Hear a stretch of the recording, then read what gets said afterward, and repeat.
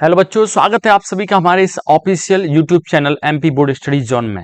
मैं विनोद सर, जौरा जिला मुरैना मध्य प्रदेश से आपके बीच आज पढ़ने जा रहे हैं ऑब्जेक्टिव क्वेश्चंस जो कि ग्लोबलाइजेशन से रिलेटेड है। चैप्टर नंबर 4 इकोनॉमिक्स के अंदर ग्लोबलाइजेशन में ऑब्जेक्टिव का कुछ इस तरह से इंपोर्टेंट दिया हुआ है। फर्स्ट लिखा हुआ है the past 2 decades of the globalisation has seen rapid movements in. पिछले 2 दशकों में देखा गया है कि ग्लोबलाइजेशन के अंदर आखिर तेजी से किसका मूवमेंट हुआ है। अब आप देखेंगे फर्स्ट लिखा है goods services and people between the countries.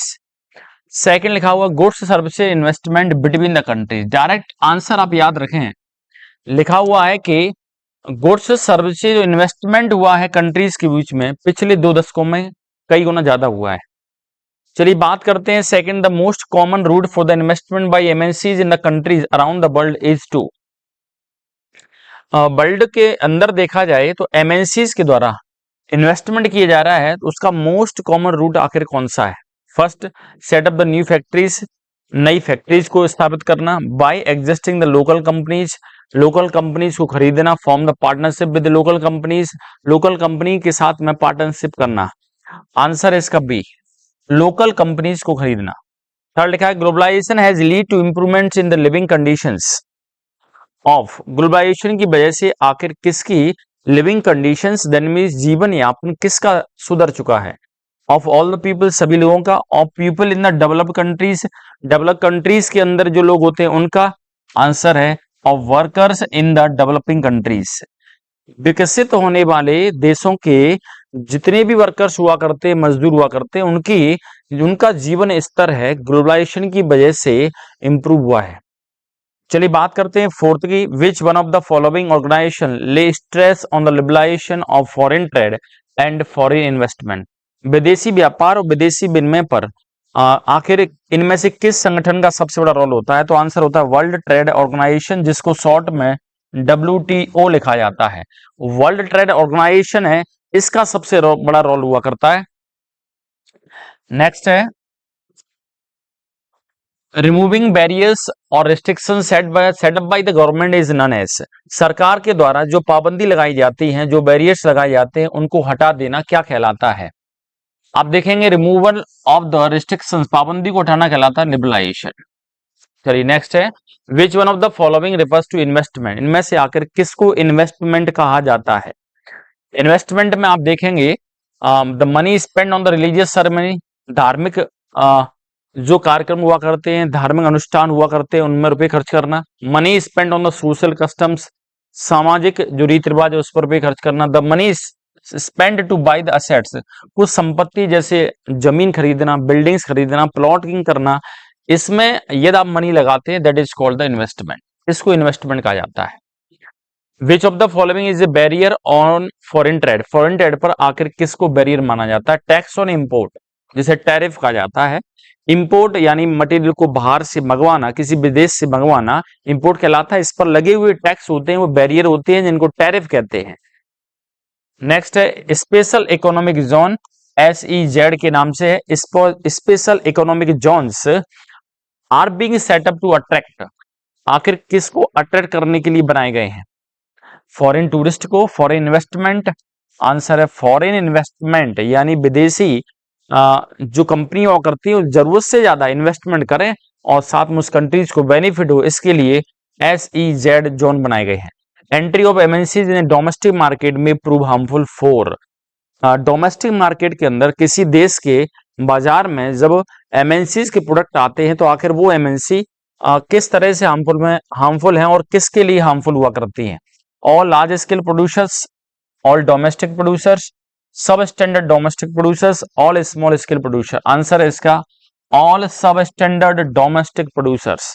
Domestic producers जिनकी हालत पहले से खराब है, उनकी हालत और बदतर हो जाती है और एक टाइम ऐसा आता है कि ये कंपनियां हुआ करती बंद हो जाती है।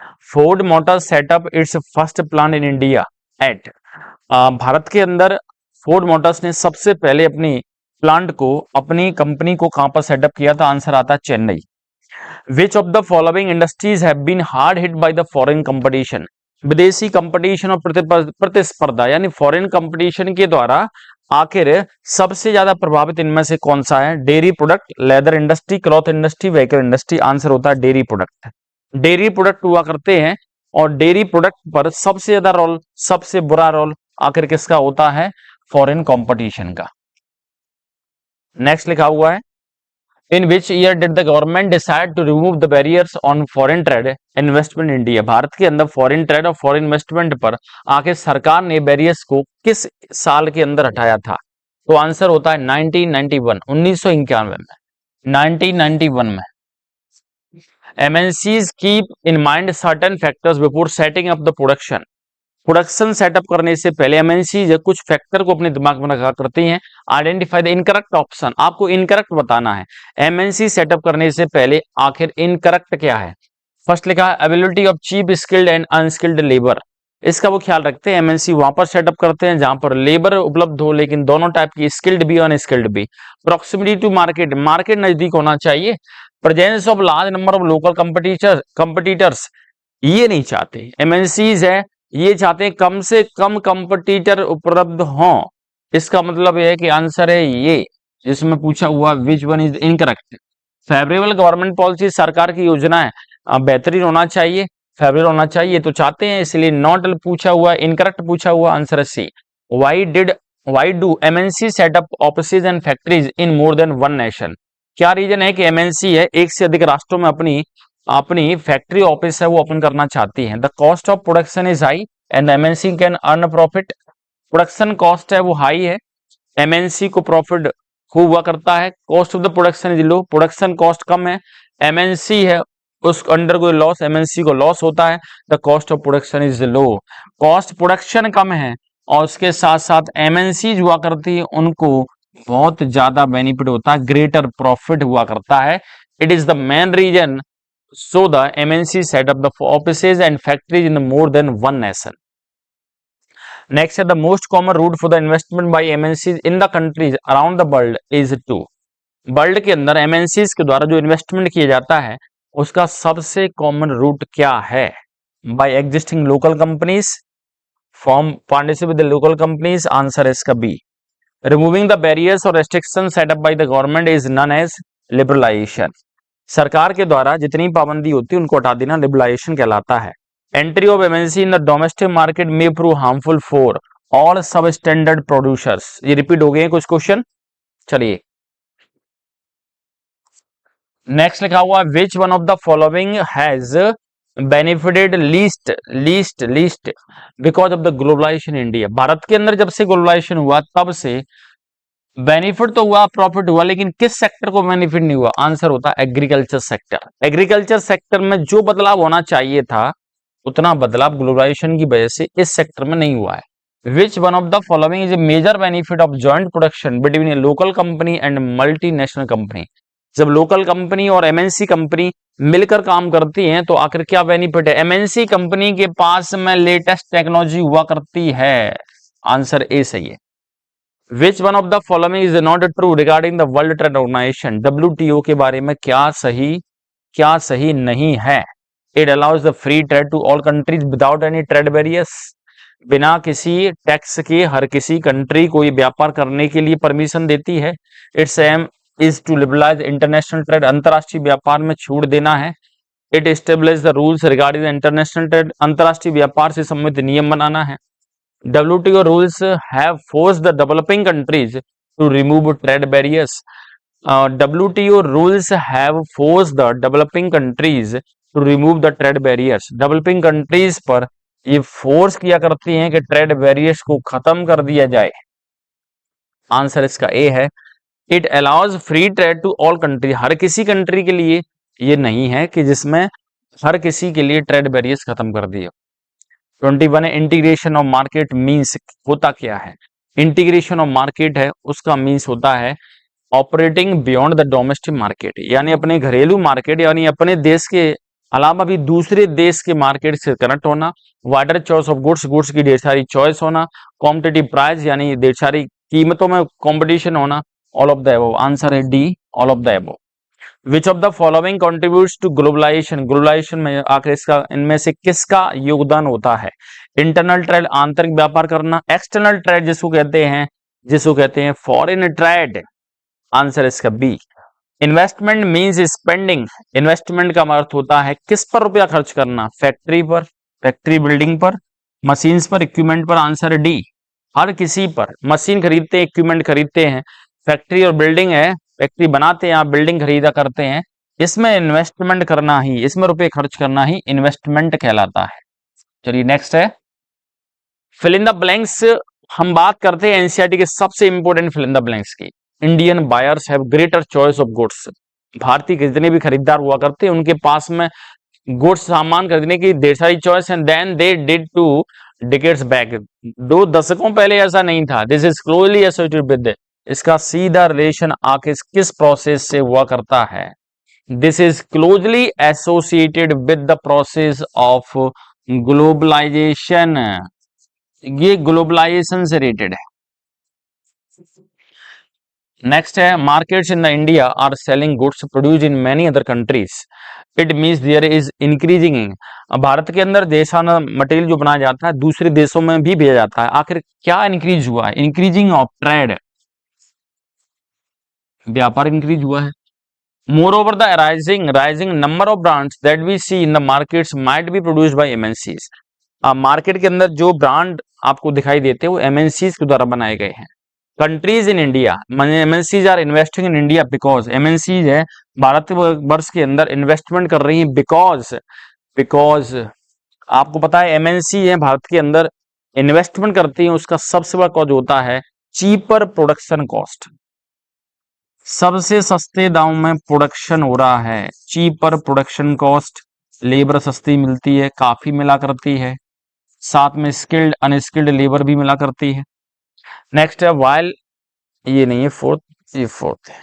While consumers have more choice in the market the effect of rising, consumers के पास में ढेर सारी चॉइस हुआ करती है मार्केट के अंदर, फिर भी the effect of rising and has meant greater among the producers, greater among the producers.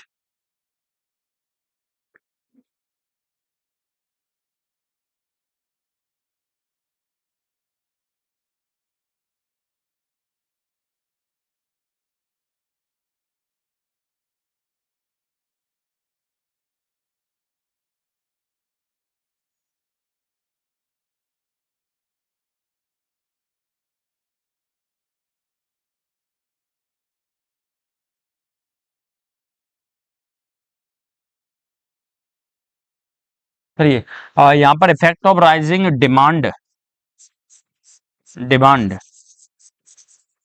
And purchasing power,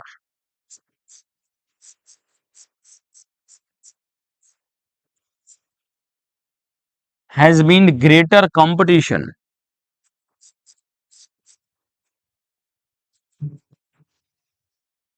among the producers। ये फिल इन द ब्लैंक्स है जो सबसे इंपॉर्टेंट है। आप चाहें तो स्क्रीनशॉट ले सकते हैं, आप चाहें तो इनको नोट कर सकते हैं। चलिए बात करते हैं मैच द फॉलोइंग। इस मैचिंग की जब हम बात करें, ये मैचिंग आपकी एनसीईआरटी बुक में दी है। मैंने आपको बताया था एनसीईआरटी बुक के अंदर जो ऑब्जेक्टिव्स दी रहते हैं, फिल इन द ब्लैंक्स दी रहते हैं, मैचिंग दी रहती है, वो काफी इंपॉर्टेंट होती है, किसी न किसी तरीके से उनको पूछा जाता है। चलिए बात करते हैं मैचिंग की। MNCs buy at cheap rates from small, MNCs हुआ करती है सस्ते दामों में, आखिर फ्रॉम स्मॉल कहां से खरीदा करती हैं? तो देखो सस्ते दामों में किस चीज को खरीदती है? गारमेंट्स, फुटवियर, स्पोर्ट्स, इनको वो सस्ते दामों में खरीदा करती हैं। फर्स्ट का आंसर है बी। और अपना ब्रांड नेम बनाकर मार्केट के अंदर बेचा करती है, इस तरह से बेनिफिट कमाती हैं। Quotas and the taxes on the import are used to regulate trade items। वो कह रहे हैं कि आखिर इनको जो इंपोर्ट पर टैक्स लगाए जाते हैं उनको ट्रेड बैरियर्स कहा जाता है, इसीलिए सेकंड का ई है।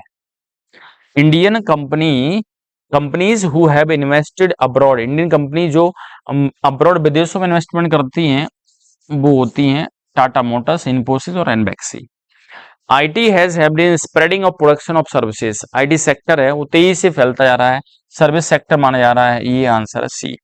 Several MNCs have invested in setting up factories in India for the production. बहुत सारी MNCs हैं जिन्होंने भारतवर्ष के अंदर आकर आखिर किसका प्रोडक्शन सबसे बड़े स्तर पर किया है? Automobile producers. फर्स्ट का बी, सेकंड का ई, थर्ड का डी, फोर्थ का सी और फिफ्थ का ए। ये आपकी मैचिंग कंप्लीट है, आप चाहे स्क्रीनशॉट ले सकते हैं। चलिए नेक्स्ट है true false. Globalisation so far has been more in the favour of developed countries. Globalisation है वो डेवलप्ड कंट्रीज के फेवर में हुआ करता है। So far has been more in the favour of developed countries, ये ट्रू है। In India poor people are not benefit by globalisation. Globalisation से गरीब लोगों को बेनिफिट नहीं हुआ है, ये फॉल्स है। Globalisation reduce the regional disparities, क्षेत्रीय असमानता है ग्लोबलाइजेशन से खत्म हुई है, ये ट्रू है। Tax on import is example of trade barriers, ये भी ट्रू है। The companies producing in different countries are called, companies producing in different countries are called, companies होती हैं जो कि अलग अलग कंट्री में प्रोडक्शन करती है, एमएनसीज कहलाती है, ये भी ट्रू है। The process of globalisation India start in 1991, भारत के अंदर ग्लोबलाइजेशन प्रारंभ हुआ था 1991 में, ये भी ट्रू है। अब अपन बात करते हैं ट्रू फॉल्स के बाद में नेक्स्ट जो दिया हुआ है, नेक्स्ट है one word. What is the investment made by the MNCs called? MNCs के द्वारा इन्वेस्टमेंट होता है उसको क्या कहते हैं, क्या कहा जाता है? देखो लिखा हुआ है what is the investment MNCs के द्वारा होता है, वो होता है foreign investment. Foreign investment.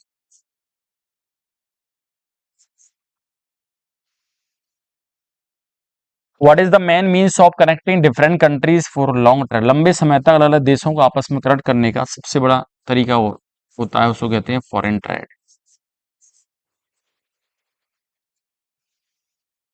Next है which is main factor make the globalisation possible? Globalisation को पॉसिबल बनाया है, संभव बनाया है, उसमें से सबसे प्रमुख फैक्टर आखिर क्या है? तो ग्लोबलाइजेशन को पॉसिबल बनाया technology. Technology. Next what we call the process of rapid integration of the countries? Countries का रैपिड इंटीग्रेशन आखिर क्या कहलाता है? Rapid integration of the countries यानी बहुत तेजी के साथ में देश आपस में जुड़ गए हैं, that is called globalisation. Globalisation. Which industries are close due to the globalisation? Which type, किस तरह की इंडस्ट्री है ग्लोबलाइजेशन की बिल्कुल क्लोज हुआ करती है? Small scale industries.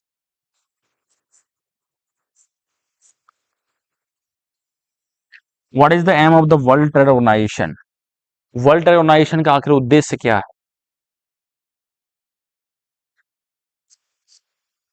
To liberalise international trade. Liberalisation चाहते हैं किसमें? इंटरनेशनल ट्रेड में। इंटरनेशनल ट्रेड के अंदर लिबरलाइजेशन, ये इसकी सबसे मेन खासियत हुआ करती है। अब वन वर्ड आंसर के बाद में हम देखते हैं NCERT gutka one shot in one liner. ये सबसे महत्वपूर्ण पार्ट मैंने इसमें ऐड किया। हर किसी वीडियो के अंत में आप देखेंगे, ऑब्जेक्ट के अंत में आपको हर किसी के अंदर मिलेगा NCERT gutka one shot in one liner. Investment made by the MNCs is called foreign investment. MNCs के द्वारा इन्वेस्टमेंट किया जाता है उसको फॉरेन इन्वेस्टमेंट कहते हैं। Foreign trade thus results in the connecting the markets और integration of market in the different countries. जो विदेशी व्यापार हुआ करता है उसकी वजह से जो अलग अलग देशों के अंदर मार्केट है वो आपस में कनेक्ट हो गए हैं फॉरेन ट्रेड के जरिए। Globalisation is this process of rapid integration और interconnection between the country. अलग अलग कंट्रीज के बीच में कनेक्शन और तेजी के साथ इंटीग्रेशन है, उसी ग्लोबलाइजेशन कहते हैं। रिमूविंग द बैरियर्स और restriction set up by the government is known as the liberalisation. यहाँ पर देखेंगे किसी कंट्रीज के अंदर सरकार के द्वारा जो बैरियर्स लगाए जाते हैं उनको हटाना लिबरलाइजेशन कहलाता है। Tax on imports is an example of trade barrier. और इंपोर्ट पर जो टैक्स लगाए जाते हैं, इंपोर्ट पर जो टैक्स लगाए जाते हैं उनको ट्रेड बैरियर कहा जाता है। चलिए मेरे चैनल को लाइक और शेयर और सब्सक्राइब जरूर करें, और इस तरह से आपको वन बाई वन करके ढेर सारे वीडियो आपको देखने को मिलेंगे। तब तक के लिए गुड बाय।